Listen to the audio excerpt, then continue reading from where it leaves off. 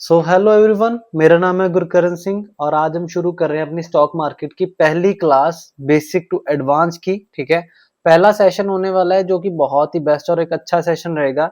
इससे पहले हम जान ले स्टॉक मार्केट होती क्या है।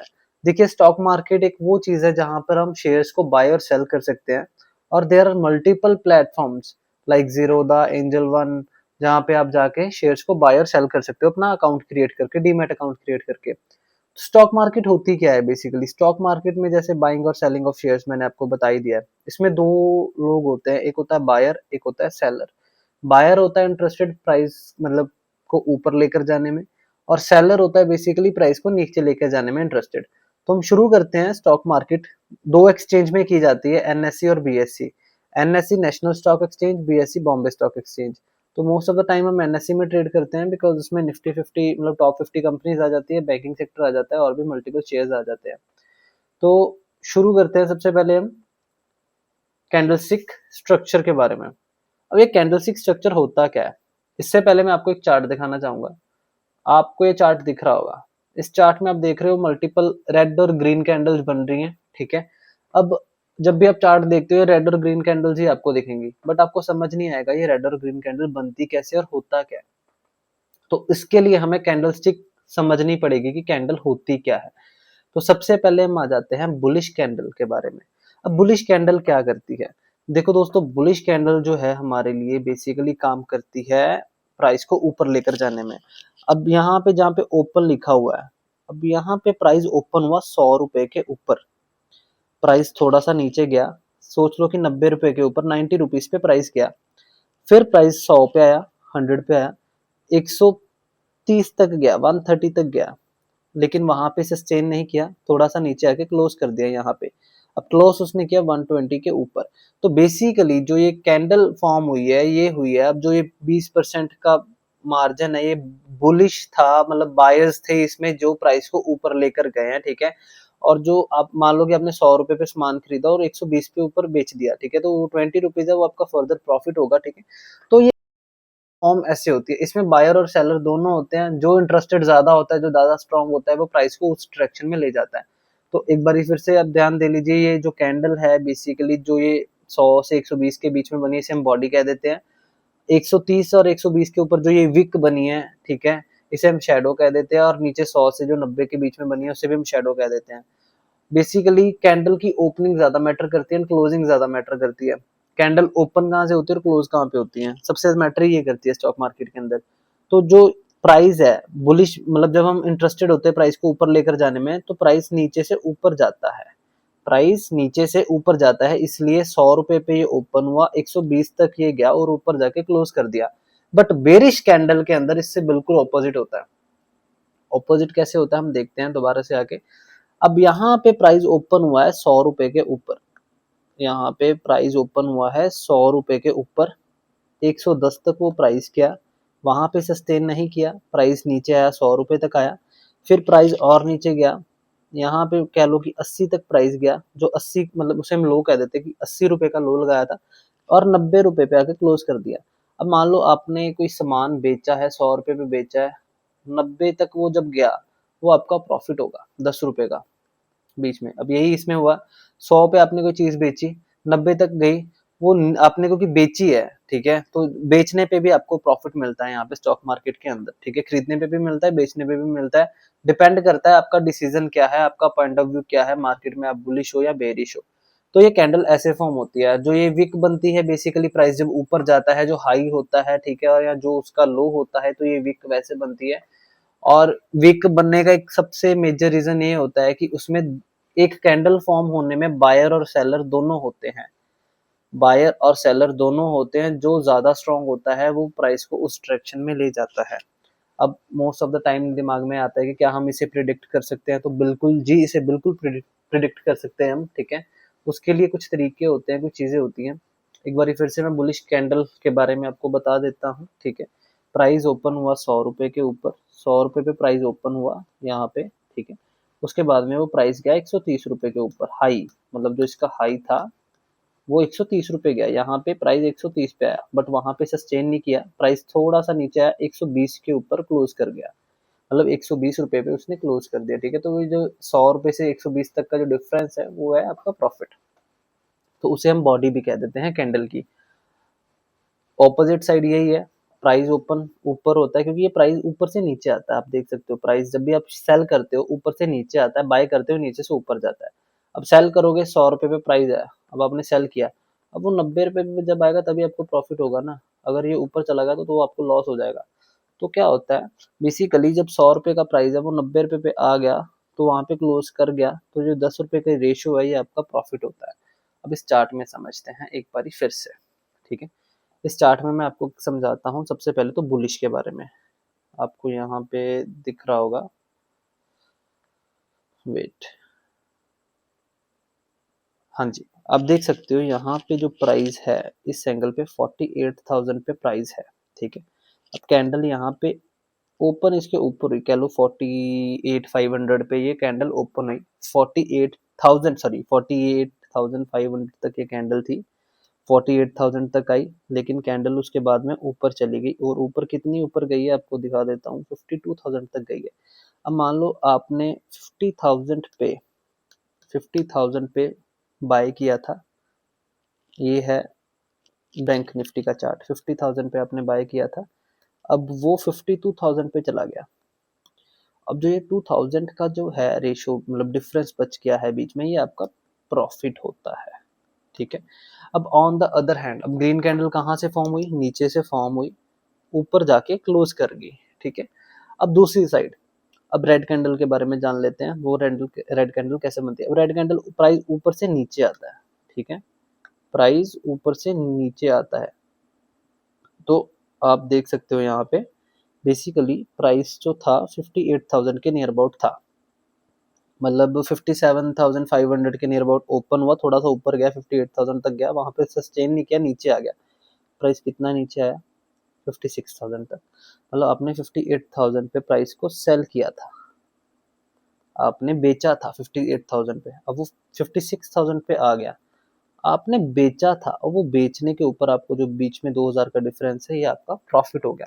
तो बेसिकली कैंडल ऐसे फॉर्म होती है। अब जो ये लास्ट कैंडल है आप देख सकते हो, यहाँ पे कैंडल प्राइस ओपन हुआ, ओपन कितने पे हुआ, 54,389 पे ये ओपन हुआ, ओ सॉरी 54,000 पे ओपन हुआ, 389 ऊपर गया, ऊपर ये गया 56,000 तक गया, बट वहां पे सस्टेन नहीं किया, मतलब रुका नहीं। मैंने जैसे आपको बताया बायर और सेलर दोनों होते हैं, तो सेलर ने क्या किया होगा, यहाँ इस एरिया से प्राइस को नीचे को धकेल दिया होगा, जिसकी वजह से प्राइस नीचे आके 54,389 पे आके रुक गया, ठीक है।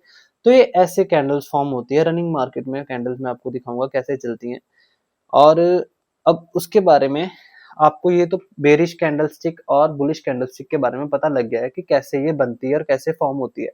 अब सबसे मेजर रीजन क्या है, अब हमें कैसे पता लगेगा कि प्राइस ऊपर जाएगा या नीचे जाएगा। मोस्ट ऑफ द टाइम लोगों का यही होता है, लोग क्या करते हैं मार्केट में पैसा लगा देते हैं, बाद में लॉस हो जाता है, फिर वो बैठ जाते हैं, यार मुझे लॉस हो गया, मैं क्या करूं, क्या वेट करूं, होल्ड करूं या ना करूं, ऐसी चीजें होती हैं। अगर आपको पता होगा ये चीज के बारे में फिर दिक्कत नहीं आएगी। चलो चलते हैं एक बारी मार्केट स्ट्रक्चर के बारे में। अब मार्केट स्ट्रक्चर क्या होता है, यहाँ पे मार्केट स्ट्रक्चर लिखा है स्टॉक मार्केट का। अब ये होता क्या है, अब इसके बारे में मैं आपको बताता हूँ।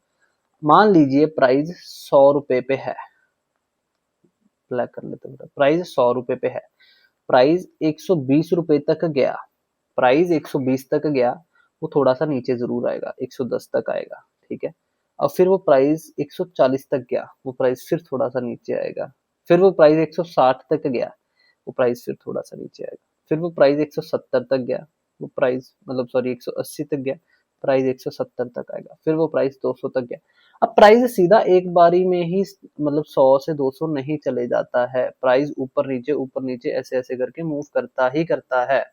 अब आपको ये साथ में एक चार्ट है, इसके अंदर आपको पता लग जाएगा। यहाँ पे मान लीजिए प्राइस 100 रुपए पे था, प्राइस गया 120 के ऊपर, प्राइस 110 तक आया, देख सकते हो थोड़ा सा नीचे आया ना, फिर प्राइस 140 तक गया, फिर प्राइस थोड़ा सा नीचे आया, ये जो लाइन है ये थोड़ा सा प्राइस नीचे आया, कह लो 130 पे आया, फिर प्राइस ऊपर चला गया 160 पे कह लो चला गया, फिर वो थोड़ा सा नीचे आया 150 तक आ गया होगा, ठीक है। फिर वो प्राइस ऊपर चला गया, अब कह लो यहाँ 200 तक चला गया, अब थोड़ा सा फिर नीचे आ गया, 180 तक आ गया, अब फिर वो प्राइस ऊपर चला गया, मान लो 220 तक चला गया। अब प्राइस ऐसे मूव करता है। अगर आप सोचोगे कि प्राइस सीधा ही ऐसे मूव कर जाए तो ऐसा बिल्कुल भी नहीं होता, प्राइस ऐसे मूव नहीं करता। मोस्ट ऑफ द टाइम लोग क्या करते हैं, 220 पे बाय कर लेंगे, वो जब 200 तक आता है या नीचे थोड़ा सा नीचे आएगा, 200 तक आएगा, 20 रुपए का उनको लॉस दिख रहा होगा, वो यार मुझे तो लॉस हो गया मार्केट में, फिर वो बुक करके भाग जाते हैं, बाद में कहते हैं स्टॉक मार्केट गलत है। अब गलत जगह पे खरीदोगे तो वो गलत ही लगेगी ना, सही जगह पे खरीदो, सही जगह पे बेचोगे, दिक्कत ही नहीं है। अब मार्केट स्ट्रक्चर ये होता है बेसिकली जब बुलिश होता है, ये बुलिश के लिए मार्केट स्ट्रक्चर है। इसमें पहले लो होता है, फिर हाई बनता है, ठीक है, जो 120 गया ये हाई है, फिर थोड़ा सा 110 पे आया, इसको हम हायर लो कह देते हैं, हाई का लो हुआ है, लो का लो नहीं, हाई का लो हुआ है, इसको हम हायर लो कह देते हैं। फिर वो नए हाई का भी हाई बना देता है, नए हाई का हाई उसको हम हायर हाई कह देते हैं। अब नए हाई का थोड़ा सा लो बनाता है, उसको हम हायर लो कह देते हैं, फिर से एक नया हाई बना दिया, उसको हायर हाई कह दिया, थोड़ा सा फिर से उसने लो बना दिया, बट हाई पे लो बनाया, लो पे लो नहीं बनाया, हाई पे लो बनाया, इसके इस हाई के ऊपर इसने बनाया, इसलिए इसको हायर लो कह दिया गया। फिर हायर हाई, फिर उसके बाद थोड़ा सा आया, इस हाई के ऊपर उसने फिर लो बनाया, बट उसको हम हायर लो कह देंगे, ठीक है। तो प्राइस ऐसे मूव करता है और इसे हम हायर हाई हायर लो के पॉइंट ऑफ व्यू से समझते हैं कि प्राइस कैसे चलता है। अब बात आती है डाउन ट्रेंड के बारे में। डाउन ट्रेंड में क्या होता है, डाउन ट्रेंड में मान लो प्राइस चल रहा है 200 रुपए के ऊपर, प्राइस है 200 रुपए के ऊपर, अब वो आया 180 रुपए पे, प्राइस 180 पे आया, 190 तक गया, ठीक है, 190 तक गया, थोड़ा सा ऊपर गया, फिर वो नीचे 160 तक आया, 160 तक आया, फिर वो 170 तक गया, 170 तक गया, वो फिर 140 तक आया, फिर वो थोड़ा सा ऊपर 130 तक गया, फिर वो 120 रुपए पे आया। अब यहाँ पे क्या हुआ है, 200 रुपए की चीज थी वो 120 की रह गई है। अब पॉइंट ऑफ व्यू हमारा सही होना चाहिए, हमें चार्ट देखना आना चाहिए, तभी हमें पता लगेगा ना मार्केट में क्या चल रहा है। तो इसको मैं आपको बताता हूँ, बेसिकली हाई था 200 रुपए, हाई था, उसने एक लो बना दिया 180 रुपए का, लेकिन उसने हाई पार नहीं किया, उसने उस हाई के नीचे ही एक मतलब लोअर हाई कह देंगे हम इसे, ठीक है, हाई बनाया लेकिन लोअर उसके लो पे बनाया, तो इसे हम लोअर हाई कह देंगे। उसके बाद में फिर से नीचे आया तो लोअर लो कह दिया हमने, क्योंकि लो के नीचे आया तो लो का और भी लो लोअर हो जाएगा, तो लोअर लो कह दिया, थोड़ा सा हाई गया तो लोअर हाई कह दिया। तो ये डाउन ट्रेंड में ऐसे होता है। अब मैं आपको चार्ट दिखाता हूँ, ये चार्ट है टाटा मोटर्स का, ध्यान से देखना। प्राइस यहाँ पे चल रहा है, आपको दिखाता हूँ प्राइस यहाँ पे कितना चल रहा है, देखिए। अब यहाँ पे प्राइस है 600 रुपए, 600 रुपए प्राइस है इस एंगल पे। अब प्राइस यहाँ से नीचे आया, अब कितना नीचे आया, ये प्राइस आया होगा 480 रुपए पे, मतलब कह लो 500 रुपए पे प्राइस आया। अब प्राइस फिर 560 तक गया, 560 के बाद में वो आया 440 के नियर अबाउट, अब 440 से वो प्राइस गया 520 तक, फिर वो आया 400 तक, 400 के बाद में वो फिर से आया 400, हाँ अपना नियर अबाउट 440 या 430 तक आया, फिर वो नीचे गया 360 तक, 360 तक गया, थोड़ा सा ऊपर आया 400 तक, मैं कह लो 390 तक, फिर वो नीचे गया, नीचे कितना 280 तक चला गया, 280 के बाद में वो फिर थोड़ा सा ऊपर 300 तक आया होगा, फिर वो नीचे चला गया 160 तक, 160 के बाद में वो फिर से 200 रुपए पे आया, वो फिर चला गया 120 रुपए पे। अब यहाँ पे लोग क्या गलती करते हैं, लोग गलत जगह पे खरीद लेते हैं। अब किसी ने 600 रुपए पे यहाँ पे खरीदा होगा, उसका तो 160 रुपए रह गए, वो तो बोलेगा यार क्या करूं, मेरा तो पैसा लग गया। अब जहाँ पे बेचना चाहिए था वहां पे लोग खरीद लेते हैं, जहाँ पे खरीदना चाहिए था वहां पे लोग बेच लेते हैं। अब यहाँ पे बेचने का समय था, अगर मान लो आप 500 रुपए पे बेचते और 160 रुपए पे आ गए, मान लो 200 रुपए प्राइस रह गया, और जो 500 का था, जो डिफरेंस 300 रुपए बचता है, तो एक शेयर के ऊपर आपको 300 रुपए का प्रॉफिट होना था। मतलब आपके पास अगर 100 शेयर होते, ठीक है, और 300 रुपये एक शेयर के ऊपर बचता, तो आपका 30,000 रुपये होने थे। अब 100 शेयर कितने के आने थे, मैं भी आपको बता देता हूँ। अब आप सोचोगे कि 100 शेयर खरीदने कौन सा सौखे हैं, ठीक है। अब कह लो 500 रुपए का एक शेयर है, 500 का एक शेयर है, और 100 शेयर आपने खरीदने हैं, तो कितना होगा ये, बेसिकली 50,000 रुपया। आपका सिर्फ 50,000 लगना था ये 30,000 कमाने के लिए, ये 30,000 कमाने के लिए आपका कितना लगना था, 50,000 रुपये।